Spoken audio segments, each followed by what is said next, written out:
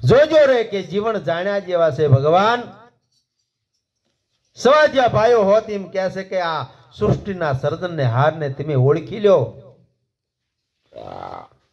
અને ભવાની દાસ હોત એમ કહે છે જોજો રે આમાં જંત્રીનો બજાવનારો કોણ છે. એમાં જાણ્યા જેવા છે આપણો દેહનો સર્જન કરનારો આ કેવો છે.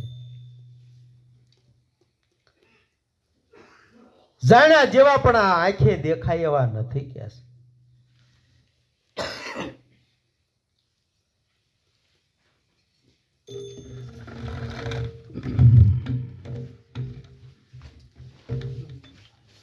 આ ચામડાના આંખોથી હાડ માટને સામ દેખાય, ભગવાન નો દેખાય. પણ જ્યારે જ્યારે આ દેહની અંદર સત પ્રગટ થયું હોય ને તારે સગુણ રૂપે ભગવાન જ છે.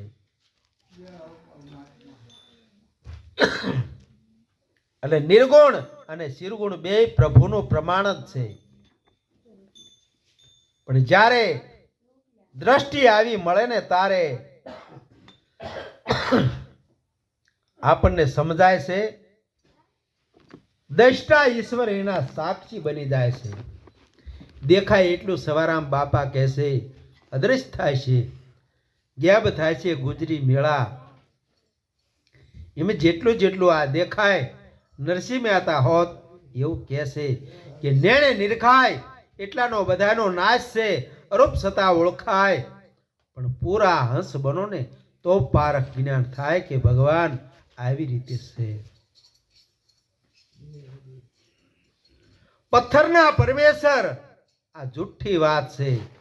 પણ કૃષ્ણ ભગવાન ગીતાજીની અંદર તો કહેશે કે અણુ મેરું જળ ચેતનને સબઘટની અંદર આવ્યો તો કોઈ જગ્યા ભગવાન સિવાય ખાલી નથી.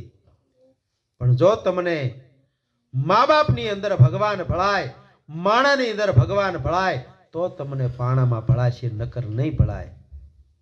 જ્યાં જાઓ અહીંયા જાઓ, તીરથ કરવા જાઓ તો છૂટશે પણ તમને નહીં ભળાય. જો મા બાપની અંદર ભગવાન નહીં ભાળો તો ક્યાંય નહીં ભળાય.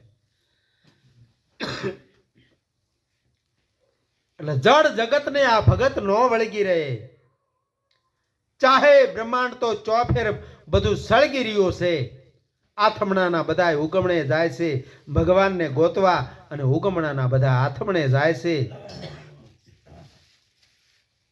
આ બધા અનુમાનના આશરા છે. કબીર સાહેબ કહેશે